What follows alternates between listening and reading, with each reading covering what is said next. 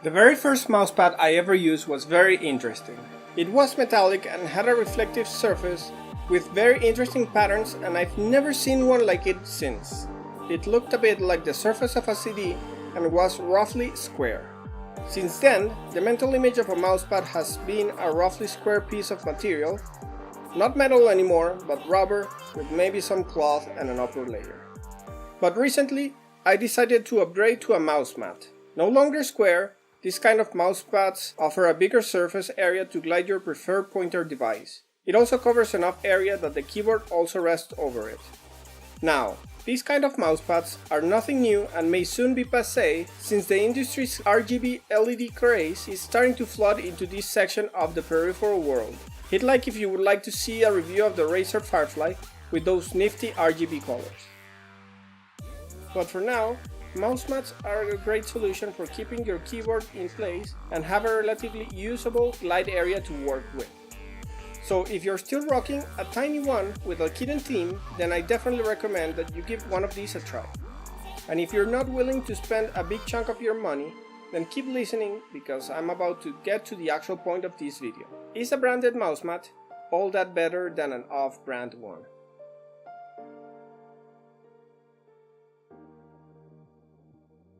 Many high-end gaming brands sell these. They usually use words like quick responsiveness, sensor reactive coating, heat-treated surface, championship grade, and other marketing terms aimed at convincing the buyer that their product will make their gaming experience all that better. But does it? I chose two branded mouse mats, the Steelseries QcK XXL and the Razer Goliathus Speed Cosmic Edition. And for the off-brand ones, I chose two different ones from Amazon.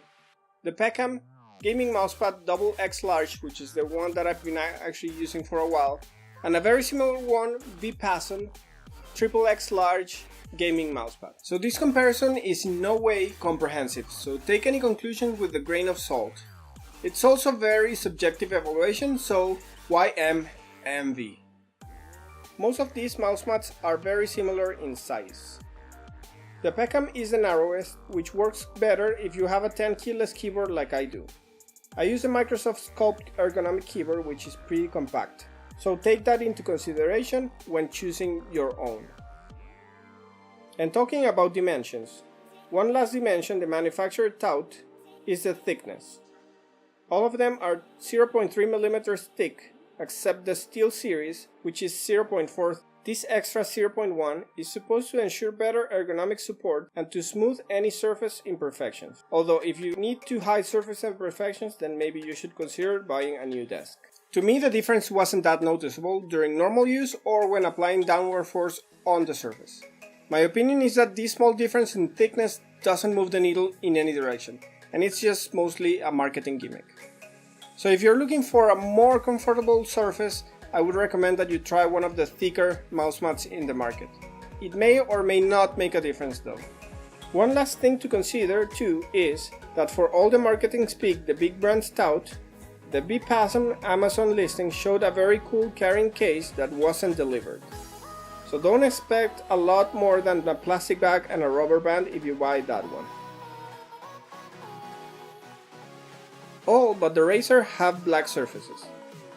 The design of the Goliathus was too over the top for my liking, and the huge Razer logo seems to be aimed at their biggest fans. Razer does have other product lines with more subdued designs, but I couldn't find any that had mats of a similar dimensions. The opposite surface is usually rubberized to prevent the whole thing from slipping. All of them offered very similar anti-slip material. The steel case had a very nice looking pattern of its logo on the back, and the Razer had a very cool honeycomb pattern. These small details show in part why the branded ones cost more, but one has to question why they even bother on something nobody sees. Aside from the different patterns on the back, all the mats provided good enough slip prevention with no real noticeable difference between them. The off-brand ones did feel less grippy when pulling on them over a flat surface, but during day-to-day usage, none of them slipped at all. An interesting thing related to the rubber back. the two off-brand mats had the same pattern, which makes me think these two products may be using the same provider of the rubberized material. Not surprising at all when you are talking about mass-produced cheap product. Just mildly interesting.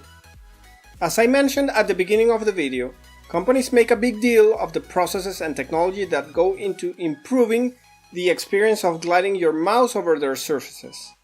So is this difference noticeable? Well, yes, but not too much. The two off-brand surfaces felt very similar. The VIPAMZ did feel a little bit smoother, but the difference wasn't that big at all. Between the two branded ones, the difference was a lot more noticeable. I can't deny that the Steelseries did feel a lot more smoother than the others by a big margin.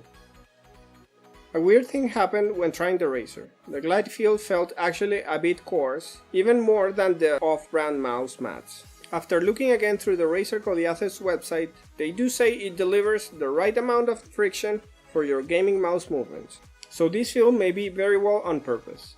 When you spend this much money on a mousepad, you want it to be durable. To that end, most of these mouse mats have stitch edges to prevent fraying.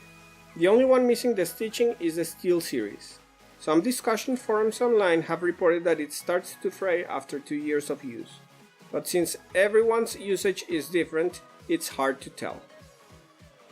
The edge stitching on all of them looks very similar and it seems very resistant. The Steelseries mat having no stitch edges is a cause for worry, but also a plus. It's undeniable that the non-stitch edges look cleaner, but there's a bigger chance that it will get ugly faster.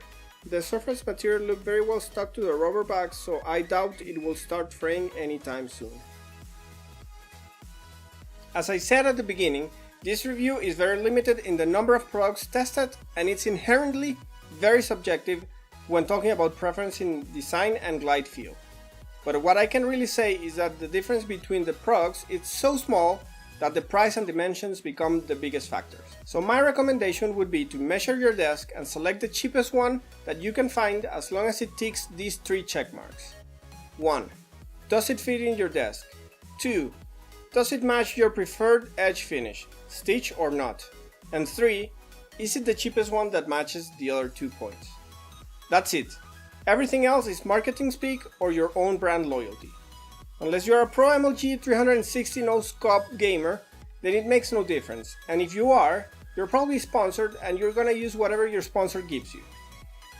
As always, please hit like if you liked this video or dislike if, well, you didn't, and subscribe to get notified of more videos like this one in the future. There's links to all the products mentioned on this video on the video description if you wanna click. If you buy through there, it will help me, so I would appreciate it very much. This is Joaquin, signing off. Thanks for watching and see you next time. Bye bye.